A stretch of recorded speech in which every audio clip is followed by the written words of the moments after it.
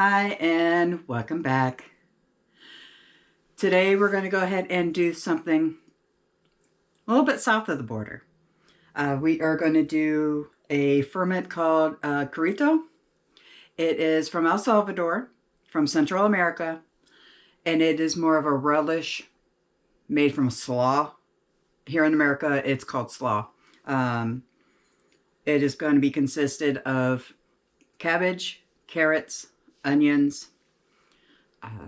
It'll have pepper in it, a pepper. Okay, depending on your heat level, you can go from bell pepper all the way up to, pepper X or something like that. All completely up to you. But fermenting actually brings the hotness out, so keep that in mind. Now, a condiment is something that complements the dish. Here in America, we think of condiments as sauces. Ketchup, mustard, mayonnaise. In UK, it's, was it salad cream is a condiment. I've had it before. It tastes like our Miracle Whip. The Japanese has that mayonnaise in the really thin plastic bottle. That also tastes like Miracle Whip. I am not a fan of Miracle Whip. Can you tell? But here in America, we think of condiments as sauces. But it can also be relish, which is what we're going to be doing today. The Mexicans have salsa, which is a condiment. There's a whole bunch of different ones out there. India has chutney. It's just something that complements the dish.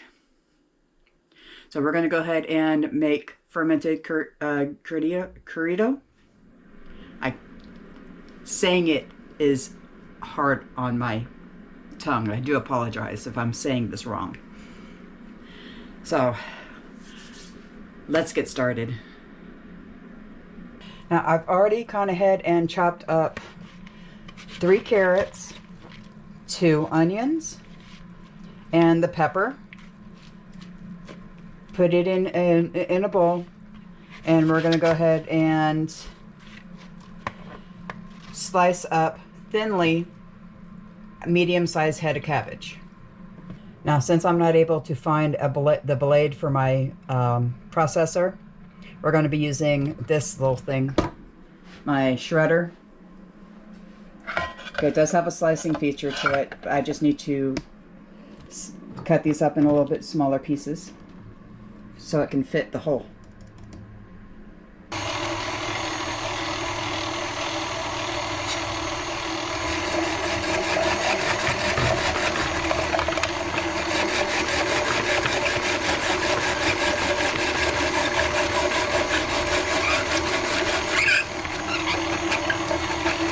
Okay, and whenever you are shredding it, you want it tiny.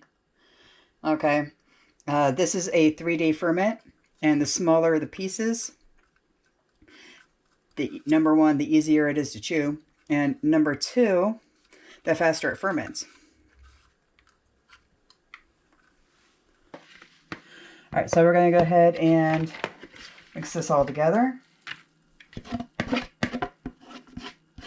Now you can add more carrots, you can add more onion, depends on your taste. You can add more pepper.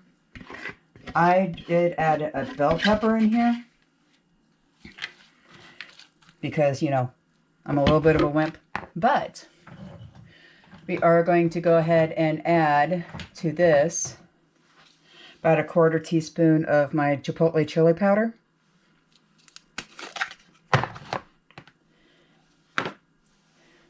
Just a tiny, tiny, tiny amount. Just for a little bit of heat. Like I said, ferments actually enrich the hotness. Okay, about a tablespoon of oregano. Tablespoon-ish, depending on taste.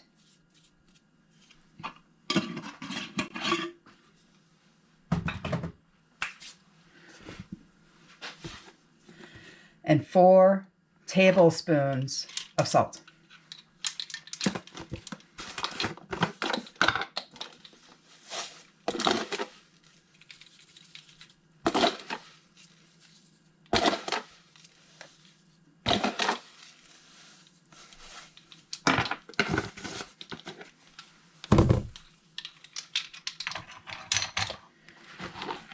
This amount of salt will get it to about 2.5 to 3% salt ratio, which will help the good bacteria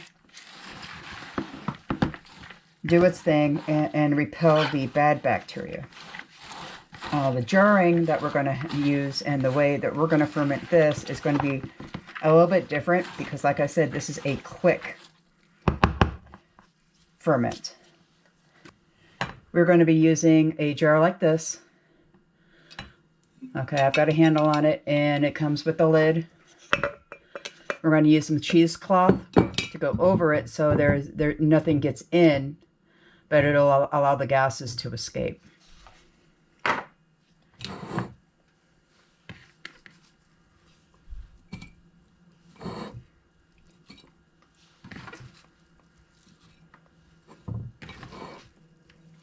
We're going to be wanting to put a little bit in at a time while packing it down. I've got my crop pounder that I made out of a tree limb. You can do that as well. It just packs it down nice and tight.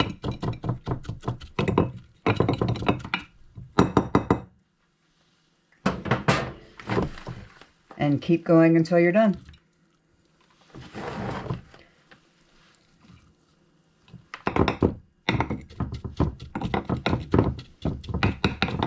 There we go. Wash your hands.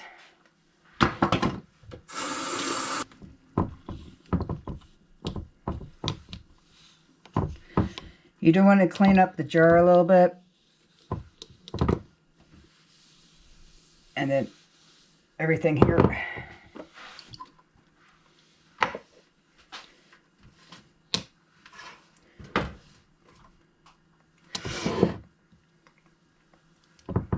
You also want to get the inside because we need to put the plastic down on top of this.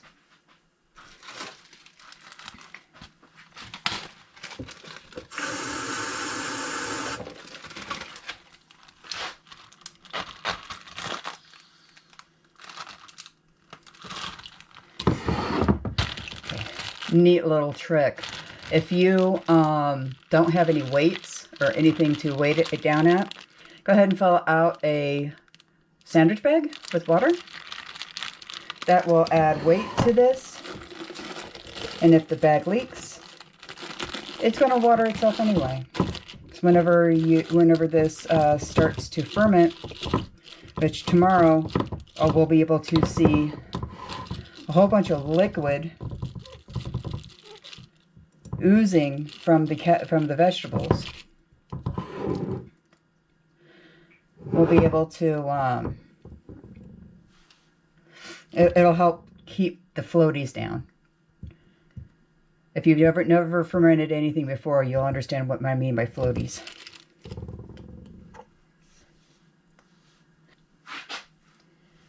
Okay, put the cheesecloth over it.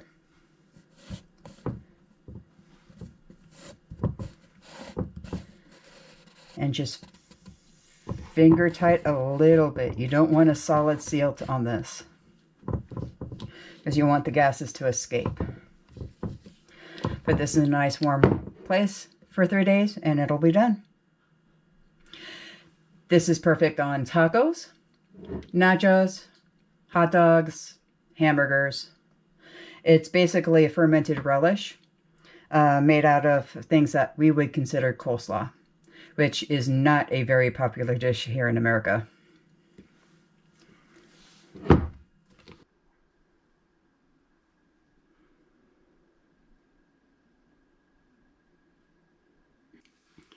Like I said, these ferments are simple, Very little ingredients. It's just the time that it takes to complete them. Now, hi. Hi. You gonna come in? Now, this is all I have for this week. Let me know if you have anything that you want me to make. But we are going to go ahead and check on the last week's ferment, the umba, and make sure that everything is progressing okay. I mean, it doesn't help that it's been 14 degrees outside and the heater has not stopped for the past week. But we do want to go ahead and check on these, okay, because these are sitting outside. They're not in the refrigerator. They're not doing anything. Of course, nothing needs to be in the refrigerator right now. Here is the umba. Everything is clean. It actually has become a little bit of a jelly, which is good. And the coloration of it, if you take a look at the top, it's starting to turn a little bit. It's going to drop down a little more and more and more as time progresses. And there's no smell of anything going awry on here, so this is still good.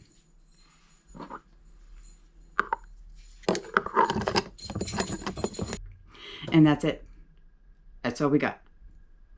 Let me know if you have anything that you want me to ferment, and we'll see you next time.